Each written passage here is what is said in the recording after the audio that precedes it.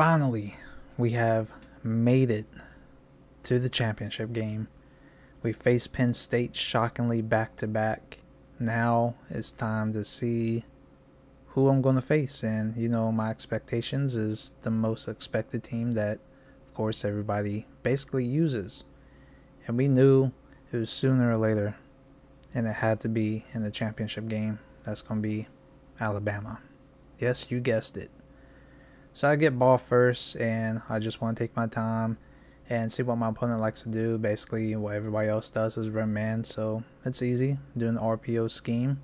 And right off the bat, he's going to take away that hitch route, which I'm fine, but you're going to leave open field for me to take off. I'm going to take advantage of that.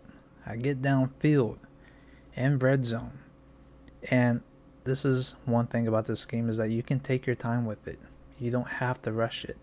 It's basically just reading your opponent's defense, what adjustments he likes to do. Now, he presses DB. You guys know that the past recent videos I've learned this. Big body receivers is going to break press every single time.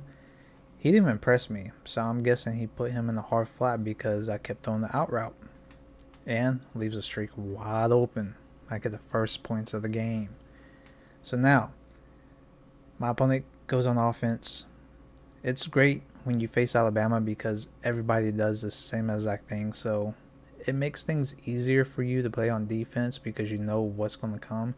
But it's also difficult when you don't have ability players. It makes things a little bit more difficult to compete on defense. And then you got to face Milroe. So I was able to keep my opponent at bay. Got him to 4th and 13 play. And shockingly, I got pressure. The whole time I could not get pressure with a non-pass rush defensive line that Marshall has. They have nobody on defense. Got pressure, caused a 4 and out. I get ball with great field position. And that's a big plus. It's the first time I ever got pressure. First time I got 4 and out with Marshall. Now, my opponent started to clamp me up. I didn't lose focus. Right here, back in the red zone. This time, you guys see that he slightly manually, adjusts his DB because he don't want to get beat deep. I was like, okay, well, if that's going to happen, I'm just going to put him on the hitch. He plays over top, boom, easy money. So I'm up a 2-possession lead. At this point, this is right before halftime. All I want to do is make him waste time, and he can pick up whatever short yardage he wants. I don't want to give up anything deep. We got pressure, shockingly, once again. So my pass rush, for some odd reason, only this game against Bama, I'm getting pass rush. So I get pass rush a little bit more right here. Cause an interception. I was hoping I was going to get it with my DB. I probably would have had a pick 6, but I got the turnover, I got the stop. That's all that matters before half because second half he gets first possession. So, a little wild drive in his first possession in the second half, and man, he was just taking off with Milroe. I was fine with that. My whole game plan was just to let him basically waste the entire third quarter because from here on out, I'm just trying to win the game. And I'm going to chew clock, of course. I get pressure, 3rd and 19. I get pressure once again, have to make him roll out. He gets a huge pickup with Milroe, 4th and 5, big stop, and man, oh man, I've been complaining about zone coverage all year long. And for numerous years where the cloud flat or hard flat never plays correctly. And my God, the cloud flat worked this time. My cornerback plays the running back.